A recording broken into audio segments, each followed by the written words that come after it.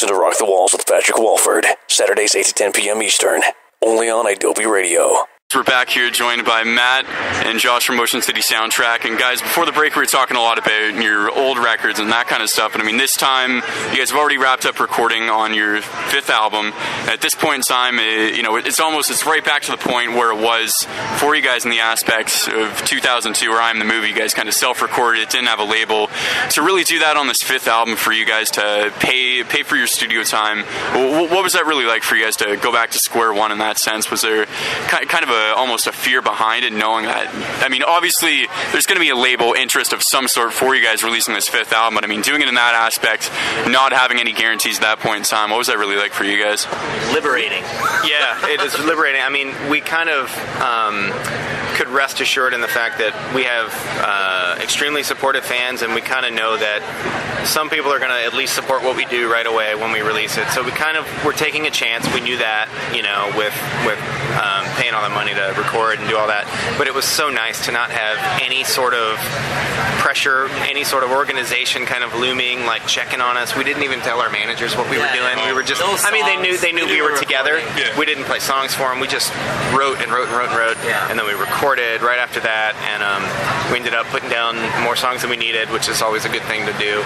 So we could kind of handpick the ones that we really liked. And I don't know, I feel like that lack of pressure just really kind of helped us to do what we want and get it down on tape. And I think we're stoked. Yeah, we are stoked. We are stoked. No, I think about it.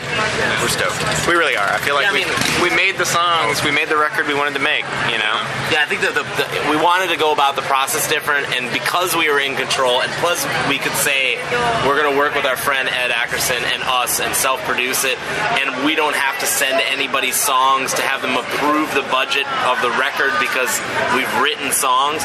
We just had like a set of songs and ideas and kind of just took it song by song. It was like, what's the best idea we have? Okay, we have that one.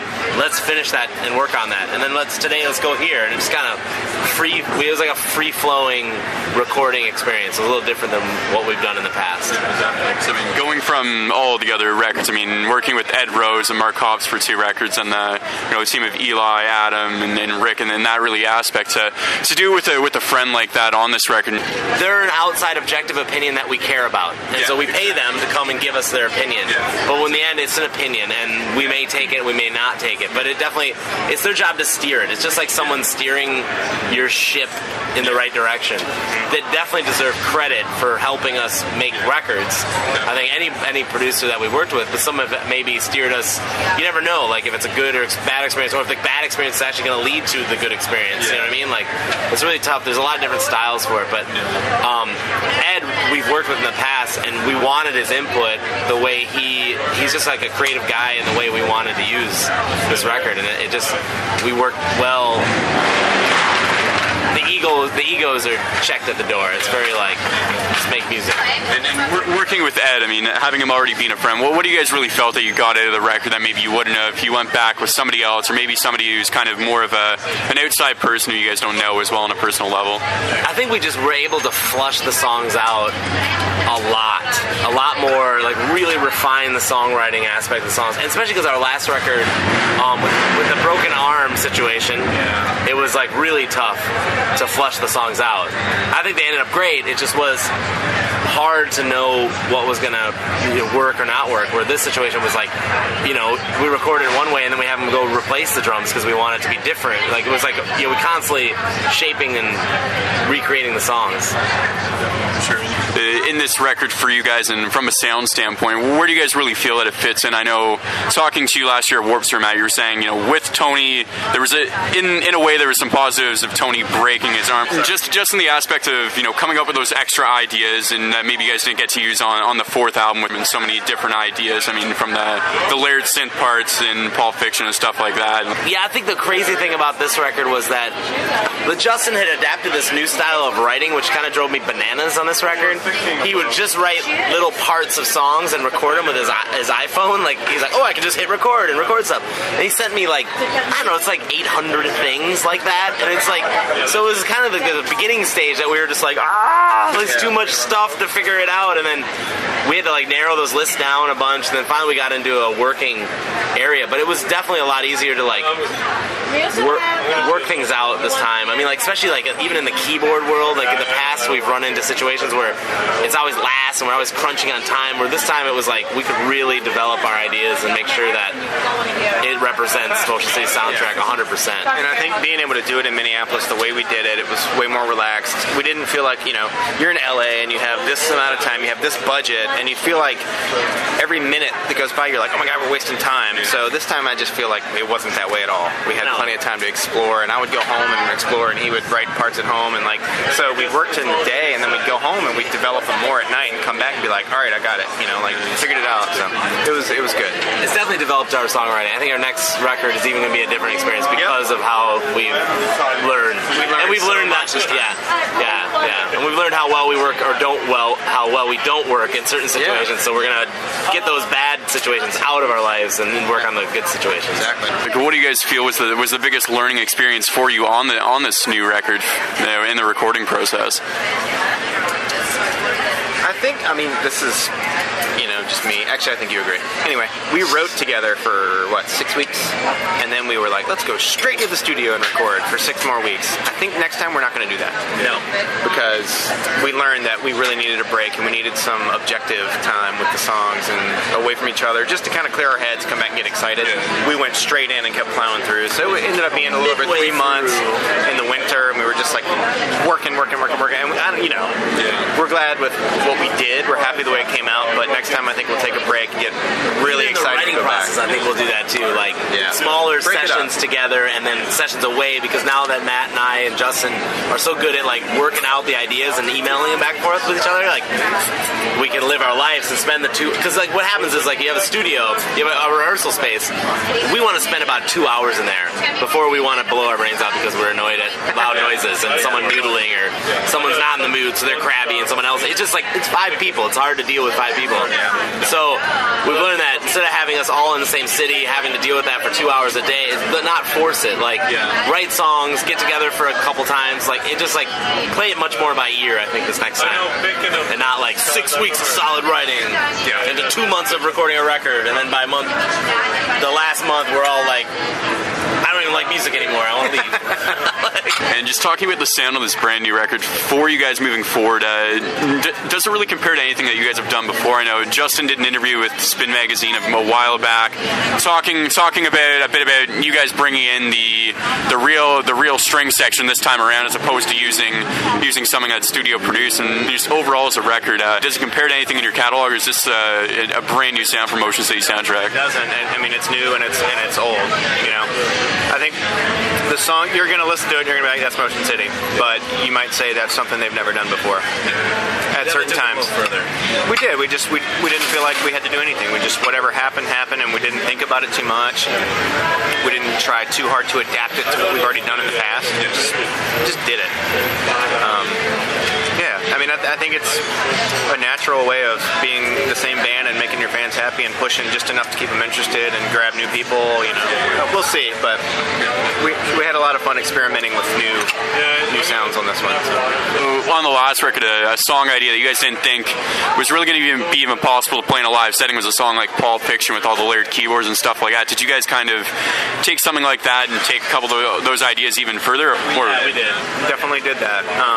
And we'll cover it. Like, sometimes we get worried that we have too many parts to cover live, but we'll figure it out. Technology is a good thing, and, you know, Apple keyboards are awesome. I mean, Apple computers. Definitely, sure. Great. And I don't know exactly if you guys, as far as song titles or anything like that, I know at this point in time the record, it's done, but there's still some stuff that needs to be done. Is there really a part at this point in time that you guys are really excited for the fans to hear in particular on the record, a part that you're really particularly proud of? There's a few for me. Yeah, I'm excited just to see what people react to, because in my head I think this is the best song, but I don't know shit, you know?